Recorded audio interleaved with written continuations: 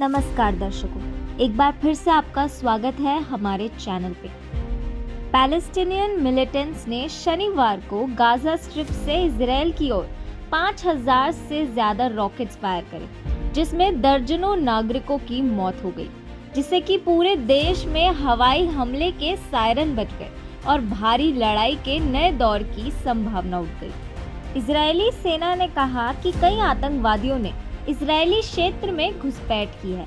ऐसा कहा गया है कि एक स्ट्राइकिंग टारगेट था इन द गाजा स्ट्रिप, क्योंकि जेरूसलम में हवाई अड्डे में सायरन बज गए थे।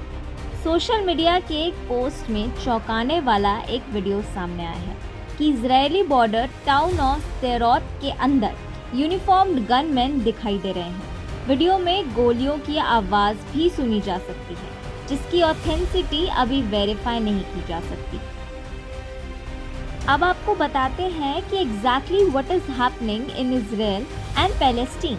आतंकवादियों द्वारा इजराइल पर अचानक हमला करने के 24 घंटे बाद भी इजरायली सेना और पैलेस्टीन आतंकवादी समूह हमस के बीच सदर्न इजराइल के कई हिस्सों में खूनी गोलीबारी जारी है। Hamas infiltrated Israel via routes of land, sea and air.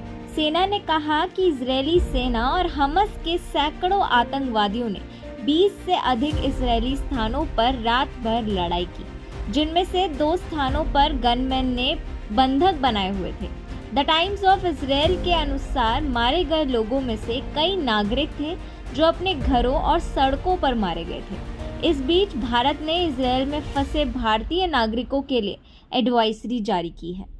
Decades में संघर्ष की सबसे खूनी वृद्धि में हमस ने बड़े पैमाने पर रॉकेट बराज और ग्राउंड, हवा और समुद्री हमले किए, जिसके बारे में इजराइल की सेना ने कहा इसमें 300 से अधिक इजरायली मारे गए और 1000 घायल हो गए। गाजा अधिकारियों ने कहा कि कोस्टल एन्क्लेव्स पर इजरायली हवाई हमलों ने पैलेस्टीन मारने वालों की संख्या कम से कम 400 तक पहुंचा दी है, जबकि लगभग 1700 घायल हो गए हैं। बेंजामिन नेतन्याहू ने इजराइल के लिए ब्लैक डे कहे जाने पर बदला लेने की कसम खाई। आईडीएफ हमस की क्षमताओं को खत्म करने के लिए अपनी पूरी ताकत का इस्तेमाल करने वाली है।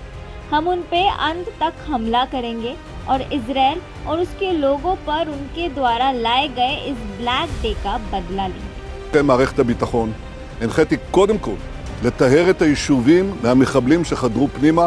הפעולה הזאת מתבצעת בשעות הללו. במקביל הוריתי לבצע גיוס מילואים נרחב ולהשיב מלחמה שערה בעוצמה ובהיקף שהאויב לא הכיר. האויב ישלם מחיר שהוא לא ידע כמותו. אני קורא בינתיים לכל אזרחי ישראל להישמע בקפדנות להנחיות הצבא, להנחיות פיקוד העורף. אנחנו במלחמה ואנחנו ננצח בה. हमस फाइटर्स ने 1000 रॉकेट्स दागे और गाजा की सिक्योरिटी बैरियर्स को तोड़ दिया। आसपास के इजरायली टाउन्स और मिलिट्री पोस्ट पर हमला किया। उन्होंने निवासियों और पासरबाइज पर भी गोलियां चलाई।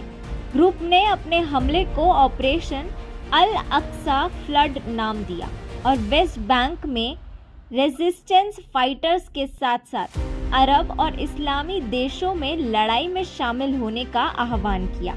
हमस के चीफ इस्माइल हानिये ने कहा कि group was on the verge of a great victory.